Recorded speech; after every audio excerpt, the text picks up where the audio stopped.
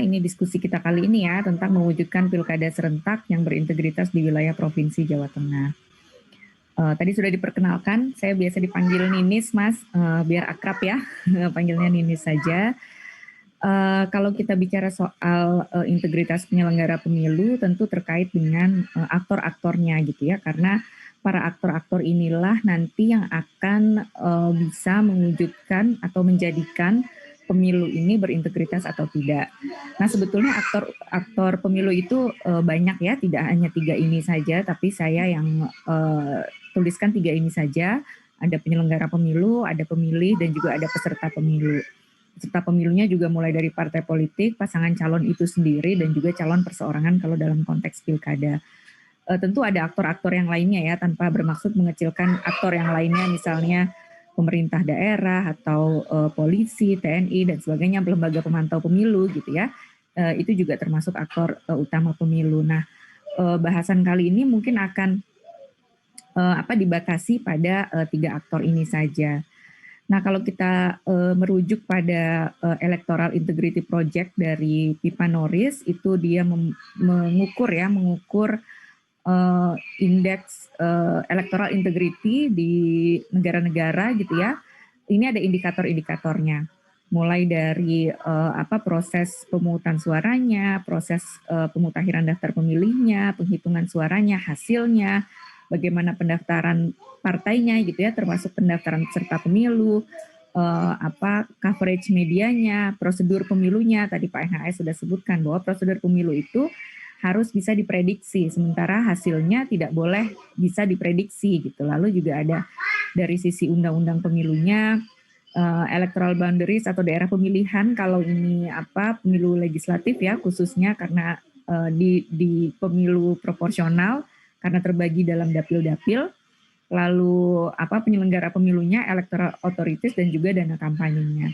Nah, kalau kita merujuk pada data Bawaslu, kalau saya tidak salah ya, data Bawaslu 2017 itu menyebutkan bahwa 3 terbesar pelanggaran pilkada itu ada pada akurasi daftar pemilih, lalu netralitas ASN, dan juga politik uang. Nah, itu tiga pelanggaran terbesar yang sering terjadi dalam pilkada. Jadi masuk ke dalam bisa mempengaruhi electoral integrity tadi gitu ya, dari 3 pelanggaran terbesar ini. Misalnya soal proses pemutakhiran daftar pemilih, tadi di awal Pak Alfitra sudah menyebutkan kita punya tantangan, misalnya pemilih pemula yang ulang tahunnya tanggal 9 Desember nih, pas tanggal 9 Desember. Apakah diperbolehkan menggunakan surat keterangan gitu ya, atau harus punya KTP elektroniknya. Nah, lalu ini ada prinsip-prinsip dan kode etik penyelenggara pemilu yang saya ambil sarikan dari peraturan DKPP, ada jujur, mandiri, adil, akuntabel, berkepastian hukum, aksesibilitas gitu ya. Ini khususnya bagi pemilih yang kelompok marginal, disabilitas, tertib, terbuka, proporsional, harus profesional, efektif, efisien, dan berkepentingan umum. Nah, terkadang profesional ini tidak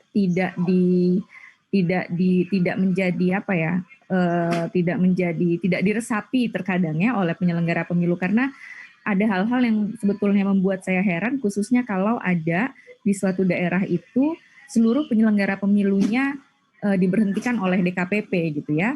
Beberapa contoh kasus misalnya di Palembang, di Batam gitu ya. Itu kan semuanya diberhentikan gitu. Jadi sebetulnya ada apa gitu, kok bisa sampai 5-5-nya diberhentikan terkait dengan profesionalitas dari penyelenggara pemilu itu tadi. Nah, bicara terkait dengan pilkada di Jawa Tengah, tadi juga disebutkan bahwa Jawa Tengah ini termasuk daerah yang paling banyak calon tunggalnya. Ada di 6 kabupaten kota, Boyolali, Grobogan, Kebumen, Kota Semarang, Sragen, dan Wonosobo. Nah, berkaitan dengan bagaimana menjaga integritas penyelenggaraan pemilu, khususnya di daerah calon tunggal, tentu penyelenggara pemilu harus memperlakukan calon tunggal ini bukan berarti karena dia calonnya hanya ada satu, lalu kemudian itu menjadi spesial, seolah-olah si calon tunggal ini satu-satunya pilihan dari masyarakat. Nah, salah satu yang bisa dilakukan adalah ya penyelenggara pemilu juga harus memberikan informasi seluas-luasnya bahwa di surat suara nanti juga ada kotak kosong gitu. Jadi itu pun bisa jadi alternatif. Menjadi alternatif pilihan masyarakat. Calon tunggal ini bukan sesuatu yang wajib dipilih. Jadi supaya ada kesetaraan juga, perlu ada kesetaraan juga antara si perlakuan terhadap kotak kosong dengan calon tunggalnya gitu ya. Jadi bukan berarti artinya penyelenggara pemilu mengkampanyekan kotak kosong ya, tapi kan pemilih punya hak untuk tahu bahwa bisa juga memilih kotak kosong dan itu konstitusional karena sudah ada putusan Mahkamah Konstitusinya. Bahkan pemantau pemilu yang ada di daerah-daerah yang calonnya hanya ada satu itu memiliki kedudukan hukum ketika nanti ada sengketa hasil di Mahkamah Konstitusi. Jadi pemantau pemilu yang sudah terakreditasi itu bisa punya legal standing gitu ya, berbeda dengan pemantau pemilu yang ada di daerah-daerah yang non calon tunggal itu tidak bisa punya legal standing gitu. Sementara yang di daerah calon tunggal itu punya legal standingnya. Nah kemudian berkaitan dengan laporan awal dana kampanye dan juga laporan penerimaan dan sumbangan dana kampanye. Nah jika melihat dari LADK dan LPSDK gitu ya yang sekarang masih berjalan, di LADK itu nampak dari sisi peserta pemilu melaporkan dana kampanyenya ada yang kosong gitu ya, atau misalnya ada yang menuliskan hanya 50.000, 100.000, 200.000 yang rasanya kok tidak mungkin gitu laporan awal dana kampanyenya jumlahnya hanya begitu gitu ya, sedikit sekali gitu. Dari sisi untuk menjaga integritas penyelenggara pemilu tentu tidak hanya dari penyelenggara pemilunya, aktornya pun juga harus bisa menjaga integritas dari penyelenggara pemilu tadi gitu. Karena apa? Karena laporan dana kampanye itu menggambarkan kemampuan finansial pasangan calon kepala daerah dalam berkampanye. Kita bisa melihat ya sebetulnya seberapa transparan gitu ya mereka si orang ini kemampuannya seperti apa. Kalau misalnya dia hanya menuliskan laporan awal dana kampanyenya 50.000 tapi di awal-awal pilkada kita sudah melihat baliho atau spanduknya sudah ada di mana-mana, rasa-rasanya kan tidak mungkin gitu ya kalau laporan awal dana kampanyenya hanya sedikit. Dan sebetulnya dengan transparansi dana kampanye ini kita bisa melihat kejujuran dari peserta pemilu dan juga sebetulnya bisa mencegah peserta pemilu sendiri ini untuk tidak dari praktik-praktik ilegal gitu ya, misalnya menerima sumbangan dari sumber-sumber yang dilarang oleh undang-undang gitu ya, ataupun misalnya menerima sumbangan yang jumlahnya melebihi ketentuan yang sudah diperbolehkan gitu. Jadi laporan awal dana kampanye itu sebetulnya baik untuk pasangan calon itu sendiri gitu ya. Mereka justru akan terhindar dari praktik-praktik ilegal. Nah, yang kedua adalah untuk menjaga integritas pemilu, laporan dana kampanye tidak sekedar formalitas dan pemenuhan syarat administrasi saja. Nah, selama ini kan yang kita nilai laporan awal dana kampanye itu ya diserahkan saja gitu ya, tapi dia tidak menggambarkan real aktivitas kampanyenya di lapangan gitu ya. Sekedar syarat administrasi saja, kalau tidak melaporkan nanti bisa disanksi oleh penyelenggara pemilu. Dan proses auditnya itu kan juga tidak audit yang sangat detail gitu ya, hanya mencocokkan dengan apa yang boleh dan tidak boleh dengan di undang-undang, tapi tidak ada penelusuran misalnya sumber dananya dari mana gitu ya, atau misalnya kalau dia menulis jasa, kan biasanya di laporan awal dana kampanye itu ada uang, ada jasa, itu kan biasanya dituliskan ya gelondongan saja, kita tidak tahu jasanya ini dalam bentuk apa.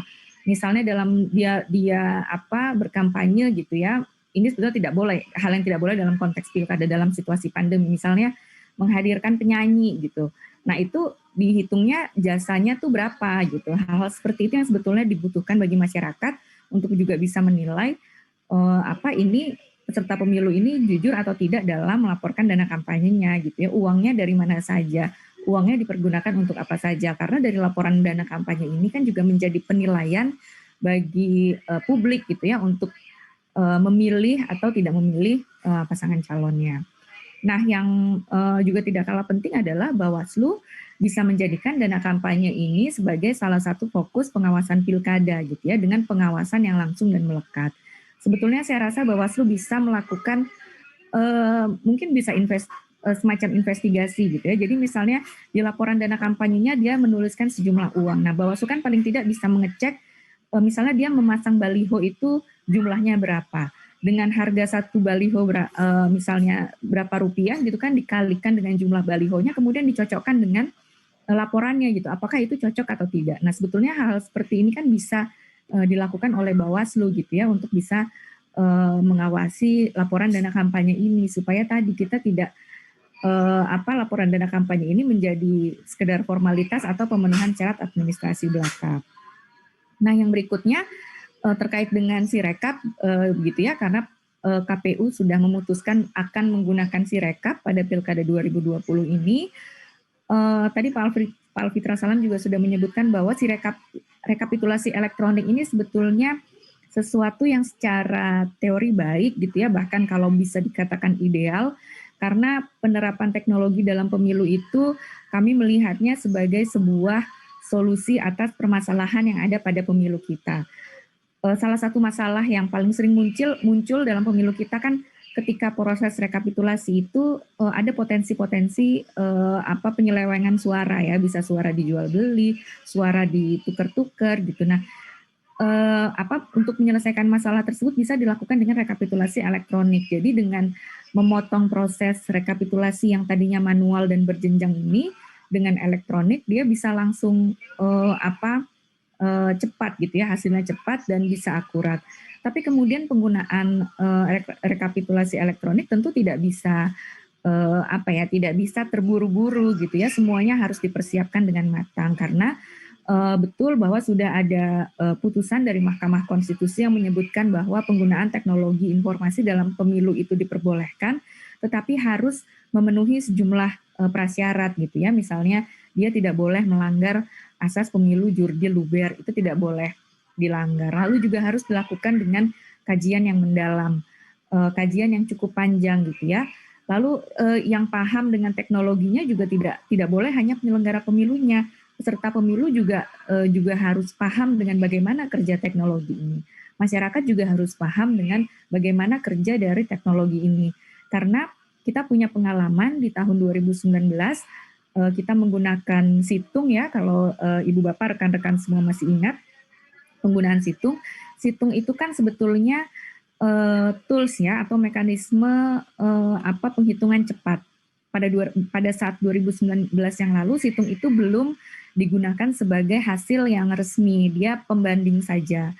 Nah, walaupun itu pembanding, tapi kemudian kita bisa melihat dan ada permasalahan di Situng gitu ya, ada salah hitung, salah input, lalu ada berbagai macam permasalahan gitu ya, misalnya prosesnya lama, dan publik melihatnya, publik kan kalau sampai sekarang gitu ya, sampai sekarang saya rasa KPU itu masih dikait-kaitkan dengan masalah itu, walaupun Situngnya bukan hasil yang resmi ya, hasil yang pembanding saja.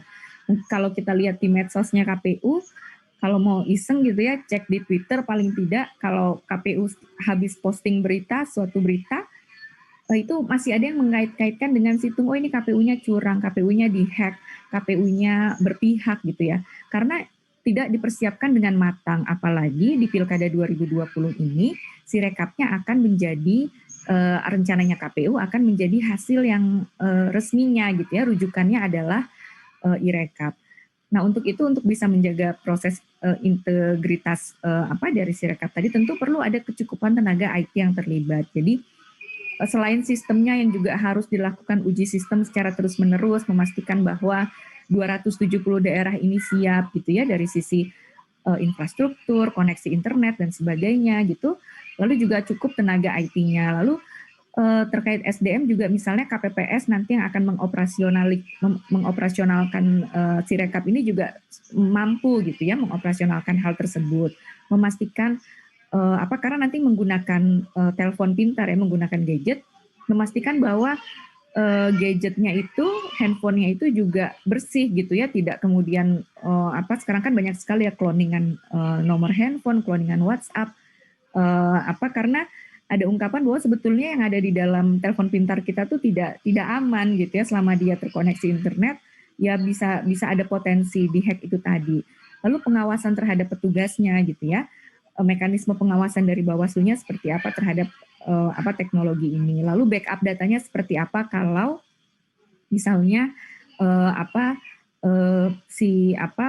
ada error gitu ya, atau ada crash di tengah jalan prosesnya.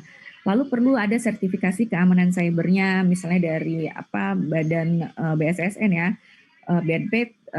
BPPT ataupun misalnya dari Kominfo, dan juga sosialisasi dan edukasi keamanan cybernya juga tidak kalah penting seperti itu, karena tadi ya bagaimanapun juga walaupun dari sisi rekapitulasi elektroniknya, kalau kami sendiri di Perludem merasa ini yang cocok untuk Indonesia gitu. Tapi memang tentu semuanya harus dipersiapkan dengan baik, karena kalau kemudian ini tidak dipersiapkan dengan baik gitu ya, khawatirnya nanti ketika ada permasalahan, apalagi ini pilkada ya di daerah, kan konflik-konflik itu justru potensinya ya di daerah gitu, yang kemudian merasa tidak puas dengan rekapitulasi elektronik ini justru akan menjadikan penggunaan teknologi ini menjadi tidak dipercaya lagi, dan kedepannya ya masyarakat tidak mau lagi pakai teknologi gitu, padahal teknologi itu sebuah keniscayaan juga dalam penyelenggaraan pemilu gitu. Nah, yang berikutnya adalah terkait dengan partisipasi pemilih gitu ya. Tadi Pak NHS juga sudah menjelaskan bahwa ini situasinya sulit, pilkada di tengah pandemi gitu ya. Mungkin masyarakat khawatir datang ke TPS, belum lagi ada masalah-masalah lain yang mempengaruhi partisipasi, misalnya faktor administratif, namanya tidak ada di dalam daftar pemilih misalnya ya. Harus punya KTP. Iya, baik Mas, ini slide terakhir. Faktor administratif misalnya dia belum punya KTP elektronik, lalu faktor politik ada persaingan, kalau semakin, kan salah satu faktornya kalau semakin ada persaingan dalam pilkada partisipasinya meningkat gitu ya. Lalu juga informasi yang diterima pemilih seperti apa, apakah mendapatkan informasi yang utuh, mendapatkan background yang utuh gitu ya, karena sekarang karena beberapa survei menunjukkan pilkada bukan prioritasnya masyarakat, artinya kan kerja keras nih untuk menyampaikan informasi, sosialisasi gitu ya, memastikan penyelenggara pemilunya independen, tadi inklusivitas data pemilih, juga jaminan kesehatan dan keamanan bagi masyarakat, itu juga menjadi hal yang mempengaruhi partisipasi khususnya di Pilkada 2020 ini.